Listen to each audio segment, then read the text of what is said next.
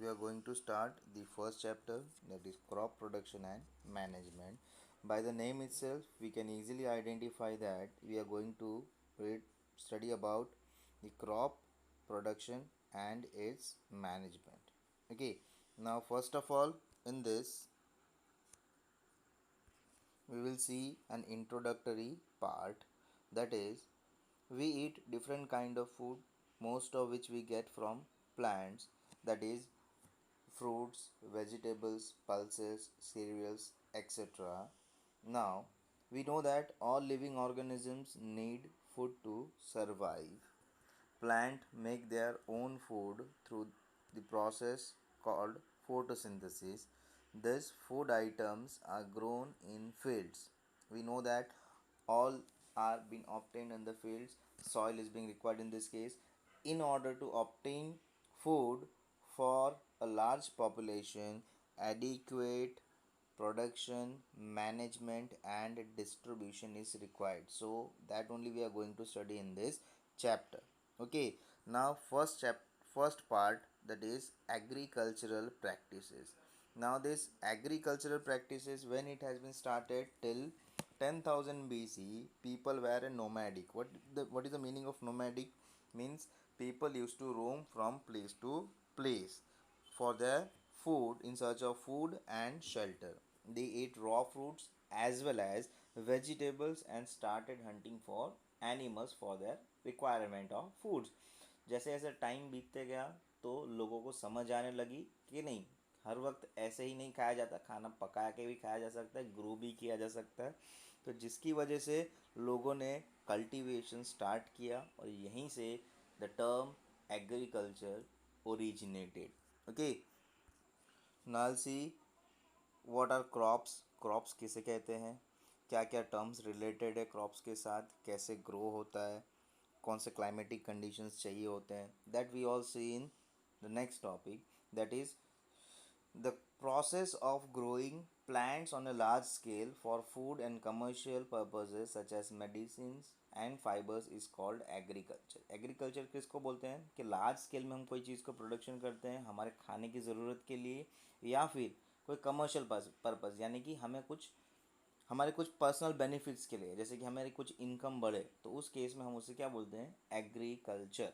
Okay, but यहाँ पे जो टर्म दिया हुआ है क्रॉप, अब क्रॉप क्या होता है, जब सेम टाइप ऑफ अगर आप कोई भी चीज़ का खेती करते हो तो वो भी पर्टिकुलर एरिया में, तो उस केस में हम उसे क्रॉप बोलते हैं। तो यहीं पे अगर आप देखो ध्यान से तो डेफिनेशन दिया हुआ है, when plants of same kind are grown and cultivated at one place, एक ही प्लेस पे और वो भी लार्ज स्केल में, तब जाके हम कहते हैं कि इट इज़ अ क्रॉप। तो crop means what, if you see that particular village में, देखना पर्टिकुलर रीजन में, पर्टिकुलर स्टेट में, तो वो उस काइंड का क्रॉप फेमस होता है। जैसे कि अगर आप देखो तो नॉर्दर्न साइड में, तो वहाँ पे कैशू नट, यानी कि कश्मीर में जाओ तो वहाँ पे एप्पल्स फेमस है, तो यहाँ पे वहाँ पे उस चीज़ की खेती होती है, तो उसको हम क्या कहेंगे, क्रॉप। ओके, वैसे तो देखा जाए तो यहाँ पे कुछ एग्जांपल्स दिए हुए हैं, जैसे कि जूट, कॉटन, टी, ऑयल, ये सारे की चीज़ क्या होते हैं, क्रॉप्स में होते हैं। तो कुछ काइंड के क्रॉप्स ऐसे होते हैं जो कैश क्रॉप्स होते हैं। कैश क्रॉप्स मतलब क्या होता है, जिससे हमारा आमदनी बढ़े, इनकम बढ़े, ठीक है। और दूसरा एक काइंड का होता है फूड क्रॉप्स। फूड क्रॉप्स मतलब क्या, जो सिर्फ फूड के ऊपर डिपेंडेंट हो, जो सिर्फ फूड ही देता हो, बराबर। तो एग्जाम्पल दोनों के मैं दे देता हूँ। तो crops such as wheat, maize, and rice that are grown for providing food are called food crops.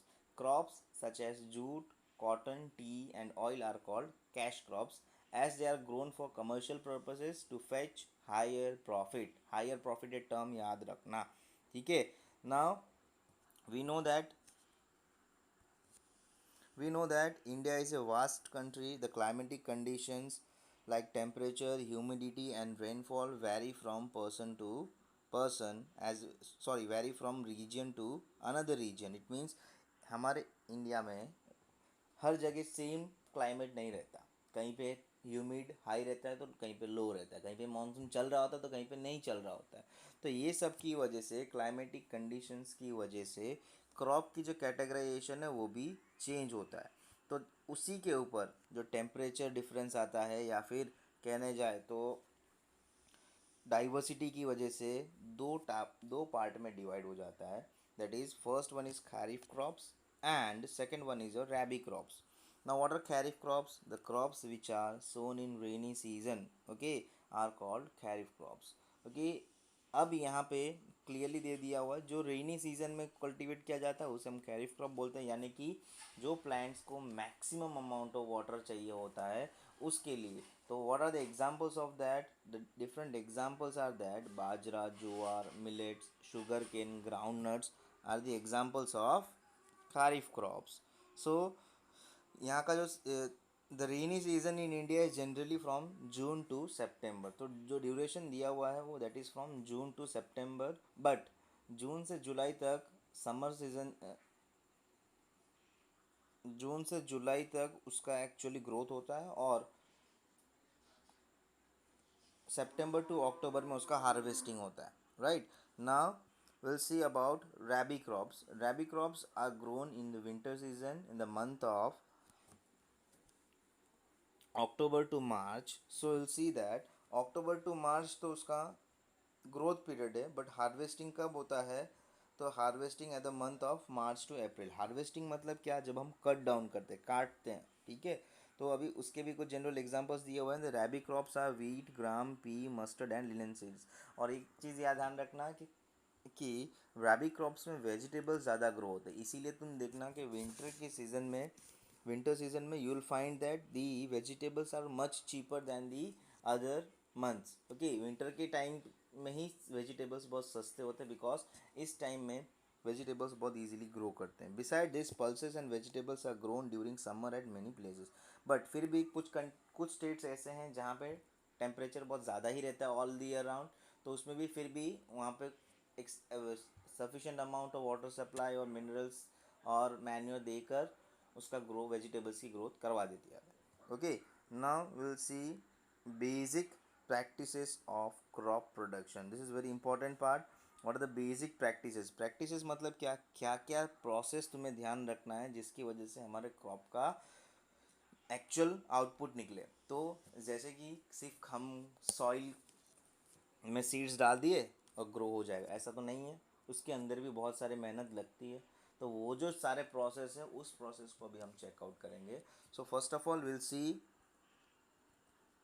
the different practices which we are going to study in this chapter, and these practices are said to be as an agricultural practices because it is related to the agriculture. So we'll say that it is an agriculture practices. What are the activities? First one is preparation of soil. तो preparation of soil में क्या होता है? कभी भी कोई भी खेत हो, ठीक है, सबसे पहले उसके अंदर प्लफिंग किया जाता है. उससे क्या होता है कि नीचे वाली मिट्टी ऊपर और ऊपर वाली मिट्टी नीचे, तो ऐसे सर्कुलेट होता है, जिसकी वजह से क्या होगा कि सॉइल की फर्टिलिटी यानी सॉइल एटमॉस्फेयर के कांटेक्ट में आएगा और लूज होगा. ठीक है, सोइंग मतलब क्या? सीड्स डालना, बराबर. एडिंग मैन्योर एंड फर्टिलाइजर्स मतलब मैन्योर मतलब क्या? जो ऑर्गेनिक चीज़ है जिसकी वजह से क्या है कि सॉइल की फर्टिलिटी बढ़ती है. फर्टिलिटी मतलब उपजाऊ खेती बनता है. ओके, इरिगेशन मतलब पानी सप्लाई करना. प्रोटेक्टिंग फ्रॉम वीड्स मतलब क्या? Unwanted grass. Okay, unwanted crops, जो क्रॉप्स के अलावा बाकी के जो घास आजू बाजू जो उगते हैं ना उसे हम वीड्स बोलते हैं. और नेक्स्ट इज हार्वेस्टिंग मतलब क्या? कटिंग. मैंने आपको बता दिया, काटना. ठीक है, क्रॉप बन जाता है, पक जाता है, उसके बाद हम उसका कटिंग करते हैं और उसके बाद उसमें से जो आउटपुट निकलता है उसे हम कहीं ना कहीं स्टोर करते हैं. So this all process we are going to study one by one. तो ये सारे एग्रीकल्चर प्रैक्टिसेस आपको लर्न होना कंपलसरी है, लर्न करना ही है anyhow. Okay, now we'll start with our first topic, that is preparation of soil. Now, preparation of soil before sowing seeds is the most important step as soil anchors the plant and provides water and nutrients to them. Hence, it is important that the soil is properly turned and loosened. ये term बहुत ध्यान रखना. Why? Because of this loose होगा जिसकी वजह से soil को, plants को इजीली न्यूट्रिएंट्स मिल पाएगा, वाटर इजीली अवेलेबल हो पाएगा. So loosening of soil can be done by ploughing और टिलिंग. प्लफिंग और टिलिंग मेथड है. प्लफिंग आपने देखा होगा गांव में बैल के ऊपर एक बड़ा सा डंडा लगा के और उसके बाद फार्मर्स पीछे से पुश करते करते आगे बढ़ते हैं, बराबर ना. तो वो जो ऑब्जेक्ट है उसे हम प्लफिंग बोलते हैं, अभी हम इमेज इसमें देखेंगे। But first of all we should be clear that ploughing can be done by using wooden or iron ploughs. These ploughs can be either pulled by animals or machines like tractors. तो अभी latest में क्या चलता है, tractors भी use होते हैं, tractors के पीछे वाला पोर्शन उससे भी प्लफिंग किया जाता है। Nowadays tractors are most used commonly as they make the process faster and cheaper. इससे क्या होता है, काम बहुत जल्दी होता है और फटाफट हो जाता है, तो जल्दी जल्दी हम अपने हार्वेस्टिंग सॉरी सोविंग की तरफ बढ़ सकते हैं। तो ये जो टाइम कंज्यूमिंग कम है, फटाफट काम होता है, इसीलिए हम ट्रैक्टर का यूज़ करते हैं। बट ये जो प्रिपरेशन ऑफ सॉइल है उसका यूज़ क्या है, तो फर्स्ट थिंग कि सॉइल लूज होता है। ओके, दूसरा थिंग, नेक्स्ट स्टेप क्या होता है कि ये सॉइल जो है वो ग्रोथ करता है किसको, earthworms and microbes present in the soil. तो earthworms and microbes which help the fertility of the soil. These organisms are friend of the farmer. Friend of the farmer मतलब क्या, कि फार्मर्स को हेल्प आउट करता है, क्योंकि soil की fertility अगर बढ़ेगा तब जाके क्रॉप का जो आउटपुट होगा वो बहुत ज़्यादा होगा और प्रोडक्शन भी बहुत ज़्यादा होगा। प्रोडक्शन ज़्यादा होगा तो फार्मर्स को फ़ायदा होगा। तो इनडायरेक्टली ये बहुत ज़्यादा ही इफ़ेक्ट करता है फार्मर्स के आउटकम के ऊपर। Okay, and it will add humus to it. Humus क्या होता है, जो नाइट्रोजन एडअप होता है, जिसकी वजह से क्या होता है, सॉइल की फर्टिलिटी इंक्रीज होता है। Next benefit is that you will find that the some dead plants and animals get decomposed by soil organisms. In this way, various nutrients held in the dead organisms are released back into the soil. तो इससे क्या होगा कि जो dead plants है, तो वो जो डेड प्लांट्स है अगेन क्या होगा, सॉइल के अंदर आ जाएंगे और उसके अंदर जो भी बचा कुचा मिनरल्स है फिर से वो सॉइल एब्जॉर्ब कर लेगा और फिर वो प्लांट्स के ग्रोथ के लिए हेल्पफुल होगा। These nutrients are again absorbed by the plants since only few centimeters of the top layer supports the plant growth. तो सॉइल का कुछ ही लेयर, मतलब अपर लेयर ही बहुत इंपॉर्टेंट है और वही ग्रोथ के लिए रेस्पॉन्सिबल रहता है। Turning and loosing of soil brings the nutrient rich soil to the top of the plants can use this nutrients. तो जो नीचे वाला जो न्यूट्रिएंट्स से भरा हुआ रहता है वो क्या होता है, ऊपर की तरफ आता है, जिससे क्या होगा, सॉइल को प्लांट्स के ग्रोथ के लिए वो यूजफुल होता है। Turning and loosing of soil is very important for cultivation of crops. The process of loosening and turning of the soil is called tilling or ploughing. Okay, this is done by using a plough. Okay, if the soil is very dry, अगर बहुत ही ज़्यादा सूखा है तो हमें एक दिन पहले पानी डाल के उसे रखना होता है, फिर दूसरे दिन जाके प्लफिंग करना होगा। इससे क्या होगा कि इतना ज़्यादा प्रेशर नहीं लगेगा, अदरवाइज़ बहुत मेहनत लगती है उस केस में। ठीक है, तो इसीलिए क्या कहते हैं कि कभी कभी देखना कि बड़े बड़े पत्थर्स भी रह जाते हैं, मतलब मिट्टी का ब्लॉक, तो वो मिट्टी के ब्लॉक को हम क्या कहते हैं, that is crumbs we use to say. It is necessary to break this crumbs with a plank. Plank मतलब क्या, कोई भी लकड़े से लेकर उसे तोड़ना भी कंपलसरी है। द फील्ड, अब ये जो प्रोसेस करने के बाद, प्लफिंग करने के बाद, अब हम उसे पर्टिकुलर लेवल करना होता है। ये जो लेवलिंग है, the field is levelled for sowing as well as for irrigation purpose. Irrigation मतलब क्या, अब पानी सप्लाई करना और उसके साथ साथ सीड्स डालने के बाद प्रोसेस जो है वो बहुत इंपॉर्टेंट है। The levelling of soil is done with the help of leveller. Sometimes manure is added to the soil before tilling. कभी कभी क्या है कि सॉइल की फर्टिलिटी बहुत कम होती है, फर्टिलिटी मतलब क्या, इतना फर्टाइल नहीं होता है, तो जिसकी वजह से क्या करते हैं, हम मैन्योर डालते हैं। तो मैन्योर में क्या कर सकते हैं, वर्मी कंपोस्ट यूज़ कर सकते हैं या फिर हम मैन काऊ डंग भी यूज़ कर सकते हैं। तो जिससे क्या होगा कि सॉइल में रिच न्यूट्रिएंट्स डेवलप होंगे और जिसकी वजह से क्या होगा, सॉइल की फर्टिलिटी इंक्रीज होगा। This helps in proper mixing of manure with the soil. The soil is watered before sowing. Now will see what are agricultural implements. Before sowing the seeds it is necessary to break soil to the size of grains to get better yield. This is done with the help of various tools. The main tools used for this purpose is plough, hoe and cultivator. ये है actual plough. Okay, अभी इसका जो description दिया हुआ है मैं आपको समझा देता हूँ। ये जो बड़ा सा लाइन दिख रहा है जिसमें प्लव शाफ्ट लिखा है, ये एक सपोर्ट दिया जाता है प्लव शेयर के साथ। ओके, तो ये जो प्लफ शाफ्ट है बुलॉक के ऊपर लगाया जाता है, बराबर। और a pair of bullock is required in this case. Bullock हो सकता है, हॉर्सेस हो सकता है, कैमल्स हो सकते हैं। पहले के ज़माने में कैमल्स एंड हॉर्सेस यूज़ होते थे, बट अब बुलॉक्स यूज़ होते थे। और अब तो लेटेस्ट में देखा जाए तो अब तो ट्रैक्टर्स ही यूज़ होते हैं।